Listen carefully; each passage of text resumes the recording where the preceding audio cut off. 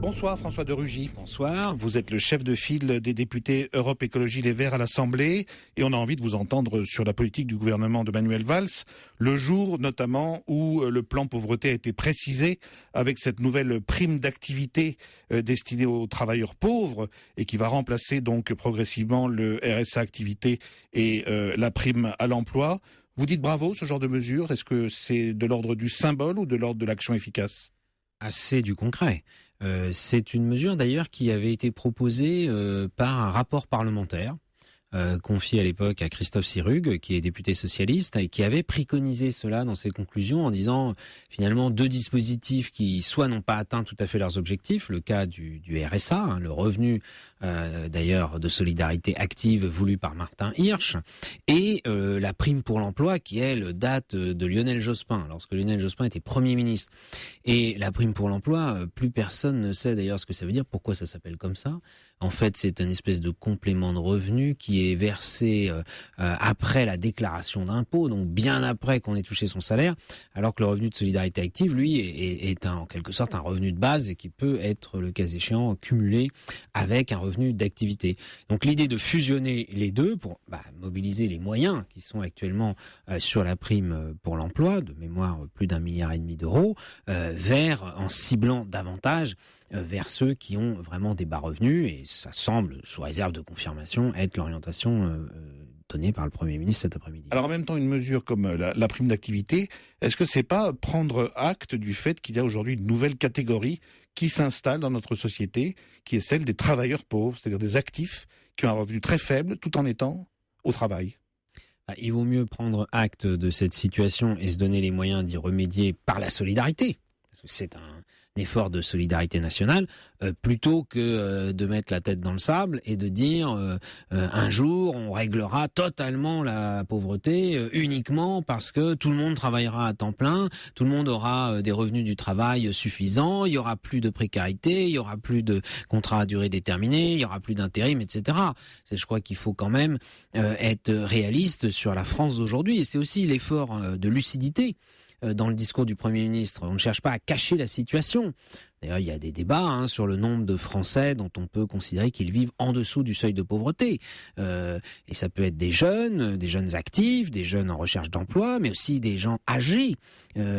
Certains de nos compatriotes, soit en chômage de longue durée de plus de 50 ans, 55 ans, mais aussi des retraités, et puis aussi des personnes avec des enfants. Et donc, dans tous ces cas de figure-là, il faut des réponses à la fois de solidarité financière, et puis il faut aussi un certain nombre d'accompagnement vers le retour à l'emploi, des dispositifs spécifiques sur l'énergie. C'est quelque chose qui a été voté dans une autre loi, le Premier ministre en a parlé, pour faire face aux factures d'énergie lorsqu'on est en difficulté financière. On va parler d'environnement justement. Le président de la République a confirmé hier la fermeture de la centrale de Fessenheim à l'horizon 2017, horizon de la fin de son quinquennat, a-t-il dit.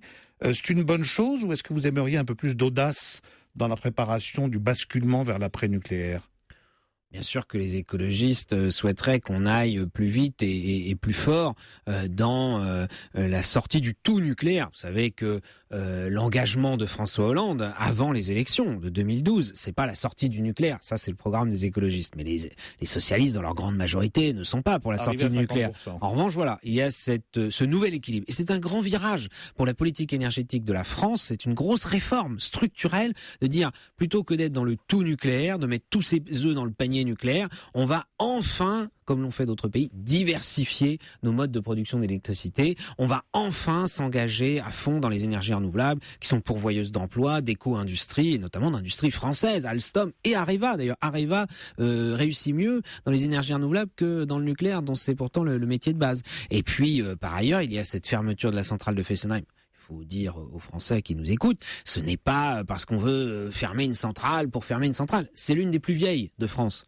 Elle arrive à 40 ans, qui était l'âge qu'on avait donné lorsque les centrales ont été construites. Par ailleurs, c'est une centrale qui est construite sur une faille sismique. Par ailleurs, c'est une centrale qui nécessite de gros travaux si on veut la mettre aux normes. Quel regard vous portez sur le voyage que vient d'effectuer François Hollande aux Philippines pour mobiliser un peu de façon presque spectaculaire les énergies mondiales en vue de la grande conférence climat qui aura lieu au mois de décembre à Paris? On a l'impression que vous avez un regard plutôt indulgent et tendre sur cette façon dont l'Élysée prépare l'échéance du mois de décembre.